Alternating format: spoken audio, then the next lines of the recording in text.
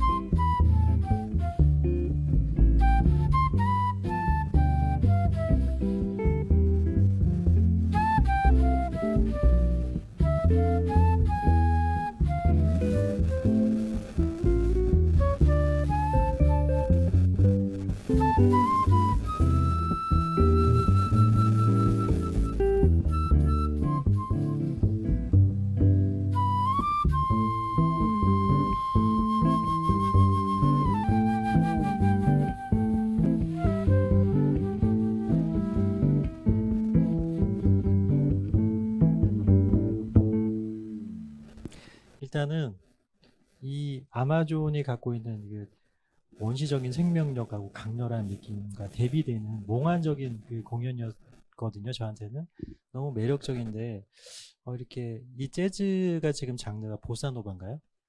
이게 낮에 들어도 듣기가 좋구나. 보통 보사노바 재즈는 좀 밤에 들어야지 제맛일 거라고 제가 생각을 했는데 역시 그건 편견이었고 훌륭한 음악은 밤낮을 가리지 않는다라는 걸 제가 오늘 느끼게 됐는데요.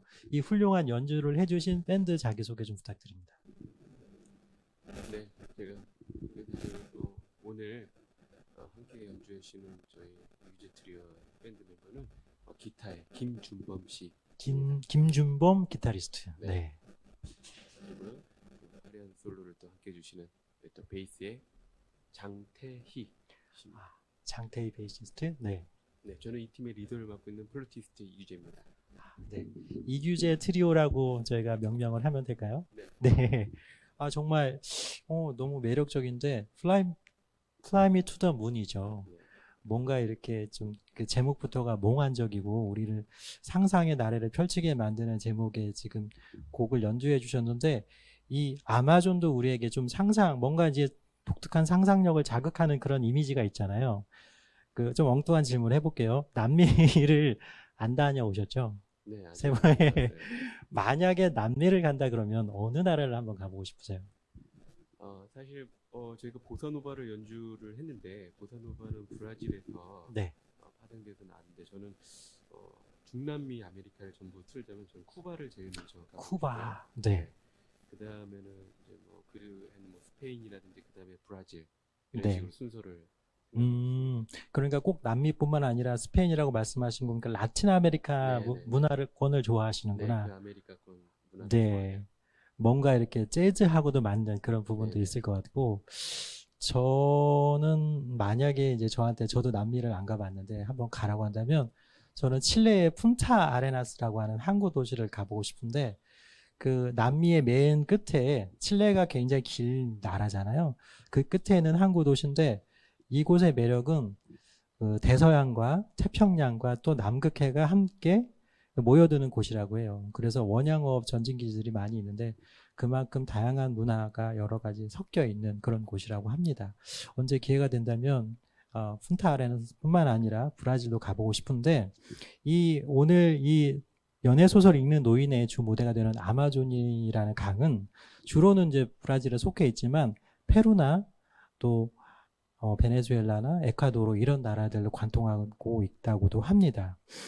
이 소설의 제목만 놓고 보자면 도대체 어떤 종류의 소설일까? 혹시 로맨스 소설일까? 이렇게 생각할 수도 있겠지만 실은 이 소설은 자연 대 인간의 대결입니다. 그러니까 아주 크게 굵직하게 스토리를 좀 말씀드리면 여기에 있는 주인공 안토니오 호세 볼리바르라는 노인이 암살쾡이와 함께 대결하면서 그 아마존 정글 속으로 들어가는 얘기예요. 어느 날 엘 이딜리오라고 하는 공간, 그러니까 이제 아마존을 개척하기 위해서 브라질 정부에서 만들어 놓은 작은 이제 뭐랄까 개척이 막 이제 시작된 마을에 어떤 그 시체가 발견이 되는데 그 시체를 살펴보던 노인이 이런 말을 하죠. 이거는 사람의 짓이 아니라 암살쾡이의 짓이다. 그런데 암살쾡이가 왜 인가에까지 내려와서 이런 일을 벌였지? 라고 하면서 이야기가 시작이 돼요. 요즘 아마존 하면은 우리가 예전에 알던 그 다큐멘터리나 내셔널 지오그래픽에서 보던 그때 당시에 아마존하고는 좀 많이 모습이 다르다고 해요. 지금 현재 보우소나로 대통령이 브라질의 대통령으로 있는데 굉장히 많은 산림이 파괴됐다고 합니다. 그러니까 이 소설의 주제를 한마디로 정의하자면은 자연 파괴를 일삼는 인간에 대한 암살쾡이의 복수인 거죠. 그리고 그 복수가 시작되었던 이유는 인간이 먼저 그들의 터전을 침범했고 암살쾡이의 어린 자식들과 그녀의 남편을 해쳤기 때문이에요. 아주 큰 줄거리는 그렇고요. 이 작가가 그 이야기를 통해서 하고 싶은 얘기는 사실 따로 있었겠죠. 우리 인간이 어떻게 살아야 하는지, 우리가 문명화된 인간이 자연과 어떻게 서로 소통하면서 균형점을 찾고 조화를 이루며 살아야 하는지 그에 대한 메시지를 주기 위해서 저는 이 주인공을 연애 소설 읽는 노인으로 설정했다고 생각합니다. 이 주인공 안토니오 호세 볼리바르는 글을 아주 뜨문뜨문 읽을 수는 있지만 다행인지 불행인지 쓸 줄은 몰라요. 왜 제가 다행인지 불행인지란 말을 표현을 썼냐면 이 글을 읽는다는 거는 그리고 쓴다는 것은 약간의 비유가 있는 것 같은데 자연이 있는 그대로 보여준 세상을 그저 향유하고 즐기고 그것을 읽는 존재로 머무르는 것과 그것을 편집하고 인간의 이기로 각색하고 바꾸려고 하는 것 이런 것들에 대한 메타포가 여기에 담겨 있는 거 아닌가 하면서 글을 읽게 되었거든요. 이 소설은 어떻게 보면은 추리물하고도 비슷해요. 암살쾡이가 이제 사람들이 노인을 중심으로 해서 사냥대를 만들어 가지고 암살쾡이를 찾으러 가는 과정이 나오는데 여기서 그 둘의 사이가 좁혀졌다가 멀어지기도 하고 그러면서 아마존의 원시적인 어떤 그런 모습을 묘사하는 장면들이 굉장히 많이 등장을 하는데 여기에 굉장히 팽팽한 긴장감이 흐르고 있습니다. 그래서 이 소설이 단지 자연 환경 운동에 관한 그 주제를 다루고 있다고 해서 따분한 소설이 아니에요. 경장편의 아주 라이트한 소설이고 내용도 재미있고 텐션이 이야기가 진행되는 내내 유지되기 때문에 정말 재미있게 읽을 수 있다. 그래서 저는 여러분들에게 이 책을 꼭 추천드리고 싶다. 이 책을 읽고 아마존이 갖고 있는 여러 가지 매력을 함께 느껴보시면서 문학적 재미도 함께 하면은 좋겠다라는 생각을 하면서 읽었습니다. 자, 더 얘기를 하기 전에 두 번째 곡을 좀 들어보고 싶은데 이번에 저희 구독자님들께 들려주실 노래는 어떤 노래인가요? 이번에 들려드린 곡은 이 계절과도 잘 어울리는 곡이죠. 네. 우리가 많이 한국인이 사랑하는 스탠다드 재즈로도 유명한데요. 어텀 리브즈를 보사노바 리듬으로 한번 연주해 보도록 하겠습니다. 네.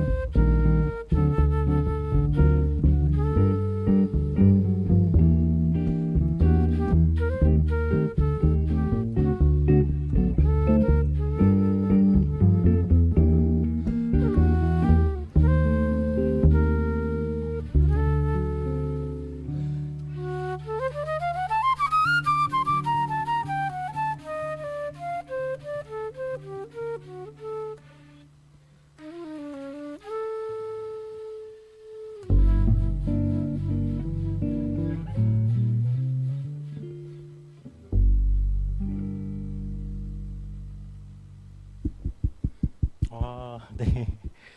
지금 연주해 주신 이 악기가 플룻 맞죠?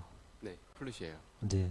플룻의 그 음색이라고 할까요? 이게 굉장히 독특한데 뭔가 약간 사람으로 치면 허스키하면서도 맑다고 해야 되나? 이게 이율배반적인 표현인데 네네. 그게 맞는지 모르겠어요. 듣고 있으면은 소리가 바람 소리가 들리는 듯 하면서도 네. 또 어떤 의미에서는 굉장히 맑아요. 네.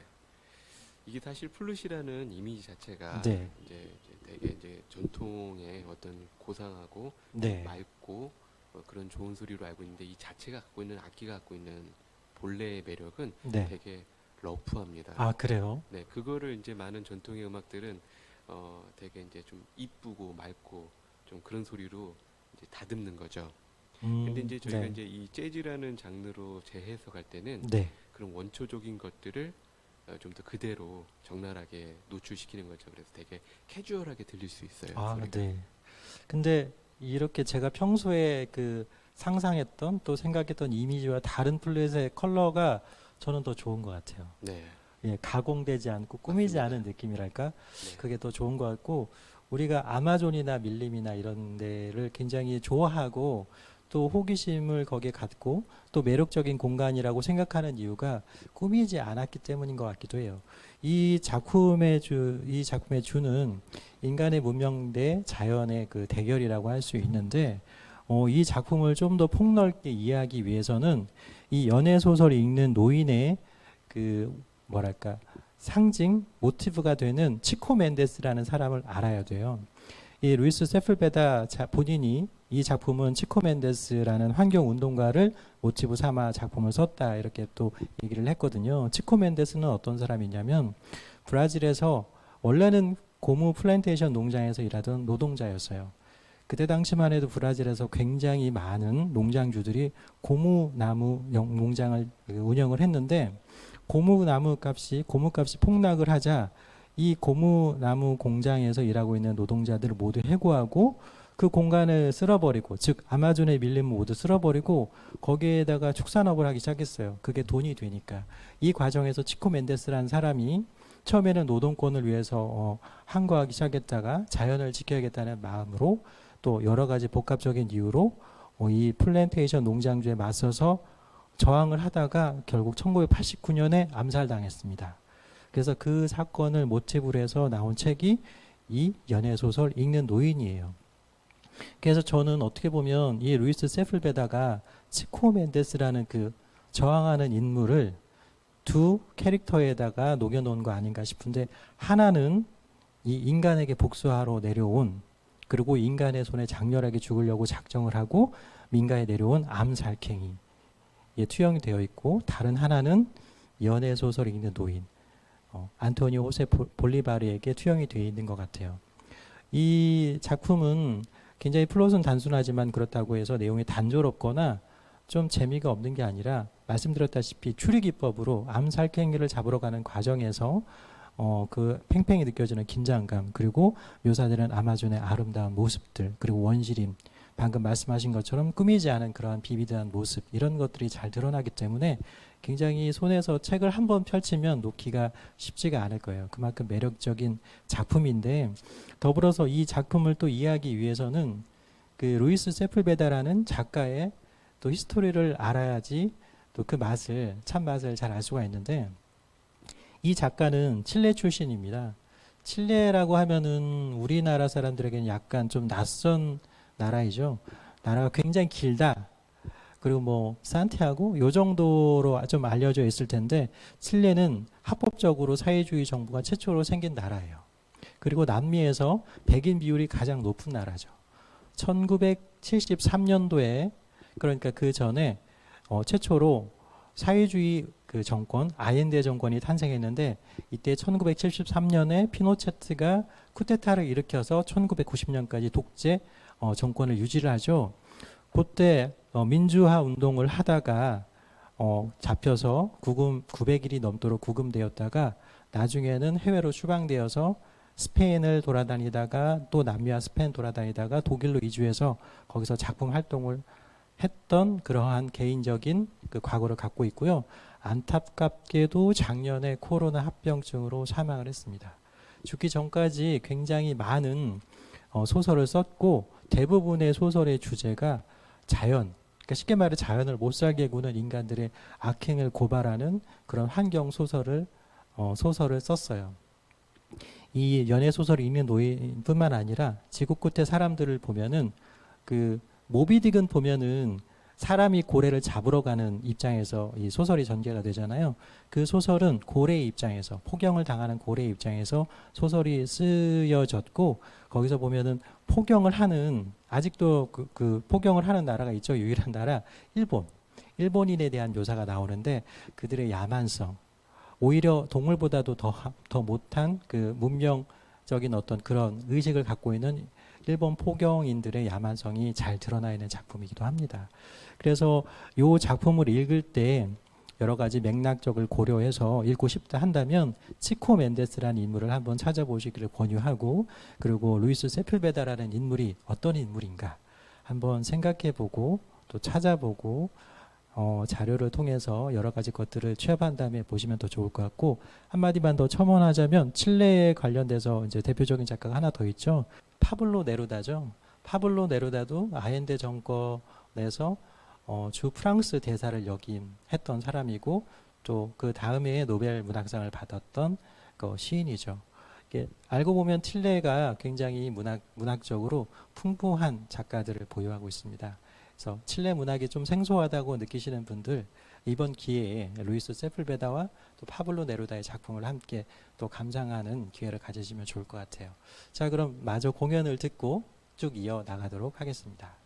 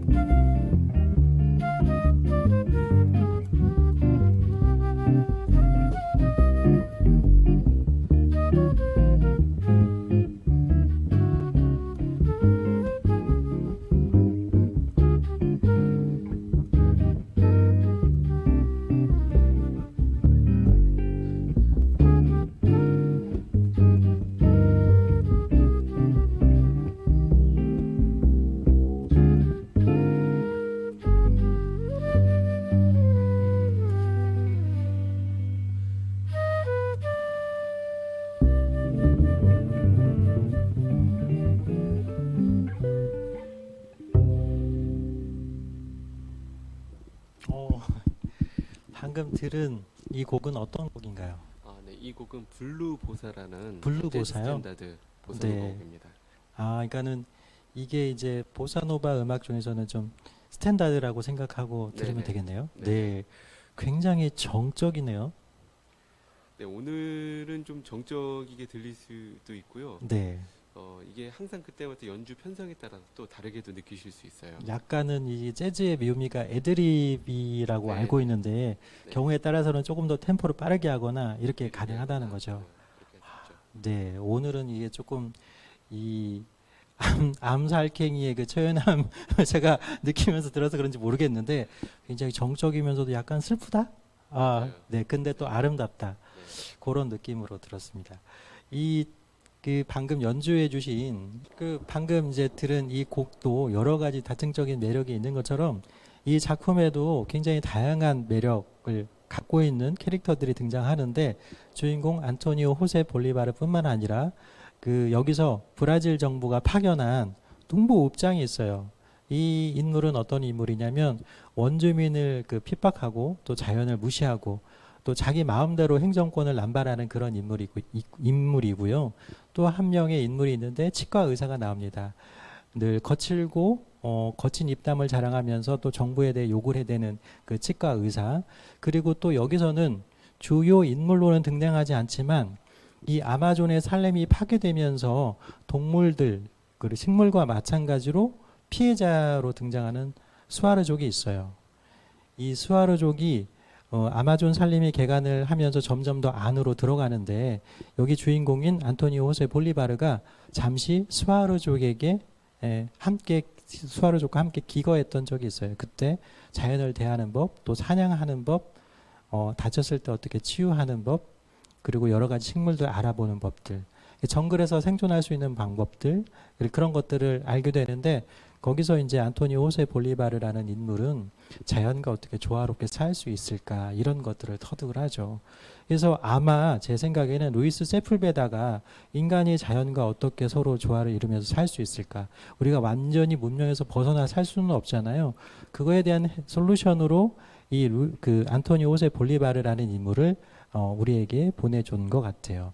이 안토니오 호세 볼리바르는 수아르족의 그 영향을 받아서 자연을 대하는 태도가 다른 일반인들하고는 다르거든요. 그거 하나와 그리고 또 여기서는 안토니오 호세 볼리바르가 연애 소설을 읽는 노인으로 나오잖아요. 왜 수많은 이야기 중에서 여러 소설 중에서 연애 소설을 즐겨 읽는 노인을 주인공으로 내세웠을까 보면은 인간의 가장 순수한 감정을 나이가 들어서도 갖고 있는 그러한 어떤 표본으로서 이 인물을 그렇게 설정한 거 아닌가 싶습니다.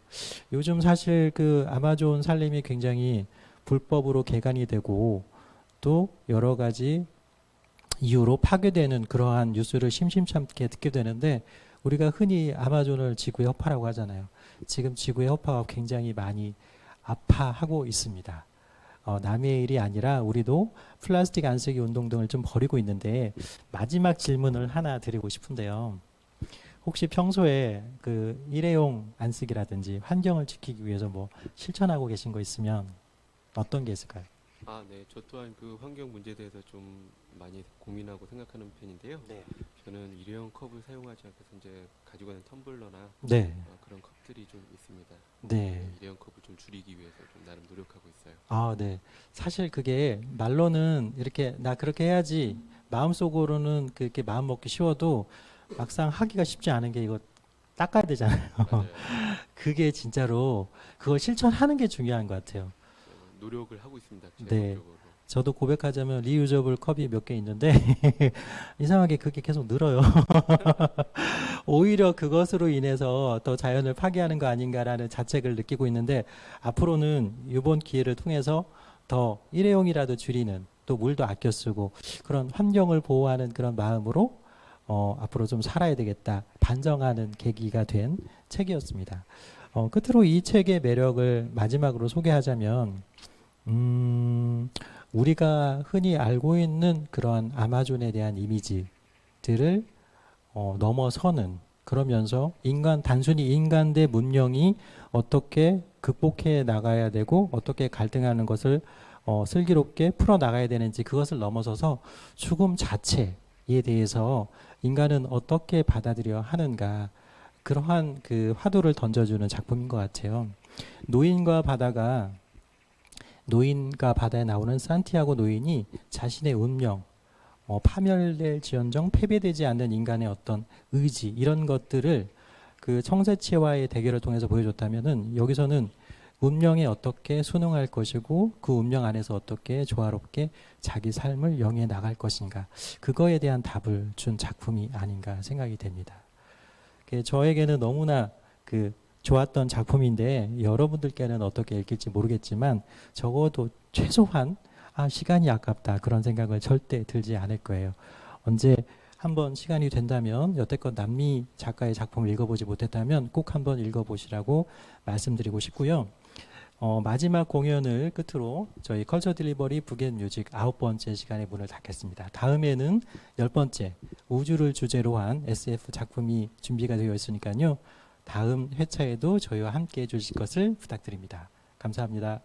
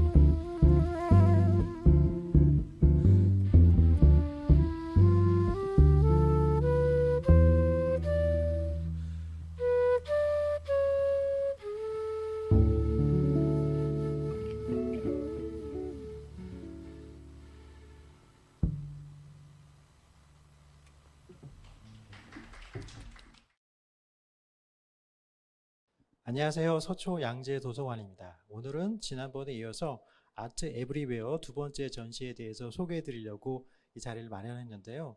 예술은 어디에나 있다라는 컨셉으로 시작되는 이 아트 에브리웨어 2번째 참여 작가님 김지훈 작가님입니다. 작가님 안녕하세요. 네, 안녕하세요. 김지윤이라고 네, 합니다. 네, 이게 책과 그리고 그림의 어떤 네, 콜라보로 이루어지는 컨셉 예술이잖아요. 네, 네. 이번에 선택하신 책이 나의 라임 오렌지 나무인 거로 알고 있는데 네. 어떤 이유로 이 책을 선택하셨는지 궁금합니다. 보통 나의 라임 오렌지 나무라고 하면은 10대 이제 청소년 권장 도서로 많이 알고들 계시고, 그리고 그렇죠. 저도 실제로 이제 10대 때 읽은 책 중에 한 권이기는 한데, 이제 이번을 계기로 해서 제가 다시 한번 읽어보고 싶은 마음이 들더라고요. 이제 어린 시절에 읽었을 때랑 지금 읽었을 때랑의 그 받아들이는 정도의 차이가 좀 다를 것 같은 책 중에 한 권이어서 이번에 좀 선택을 하게 됐습니다. 맞아요. 저도 어린 시절에 읽었을 때의 그러한 어떤 느낌과 성인이 돼서 다시 읽었을 때 느낌이 굉장히 달랐는데 엔딩이 좀 슬프잖아요. 네. 그 슬픔의 강도나 그거를 받아들이는 게 나이에 따라 조금 음, 달라졌던 것 같은데 네. 작가님께서는 이 작품을 그림으로 표현해서 네. 그 속에 어떤 메시지를 좀 담고 싶으셨어요? 사실 이제 저는 이 제재라는 친구가 그러니까 누구나도 제재의 어떤 시절이 있기도 하고, 이제 지금도 어떻게 보면 제재로서 살고 있는 친구들이 있으니까, 이제 그런 마음에서 이제 그 모두의 제재가 행복했으면 하는 마음으로 좀 이번 작업을 임하게 되었습니다. 네. 이 그림에 보시면은 굉장히 색감이 따뜻해요. 네. 보고만 있어도 뭔가 그리고 또 여기 문장이 함께 나오잖아요. 네. 기운 내렴 제재 이렇게 시작하는 문장을 이렇게 네. 직접 선택하신 것 같은데 네, 네. 너무 글과 그림 그 잘 어울리는 것 같아요. 감사합니다. 네. 이 작품이 지금 11월 27일까지 네. 서초 양재도서관 3층 테라스에서 전시가 될 예정이거든요. 오셔서 풍경도 감상하시고 또 이 김지훈 작가님의 작품도 함께 그런 재미가 있는 공간으로 저희가 꾸며 놨으니까 함께 여러분들께서도 향유해 주셨으면 좋겠습니다. 끝으로 이 작품 활동 네. 여기에 참여하게 된 소감 부탁드릴게요.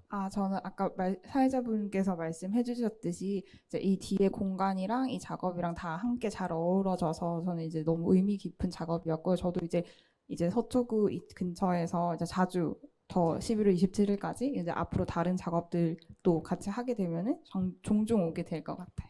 네.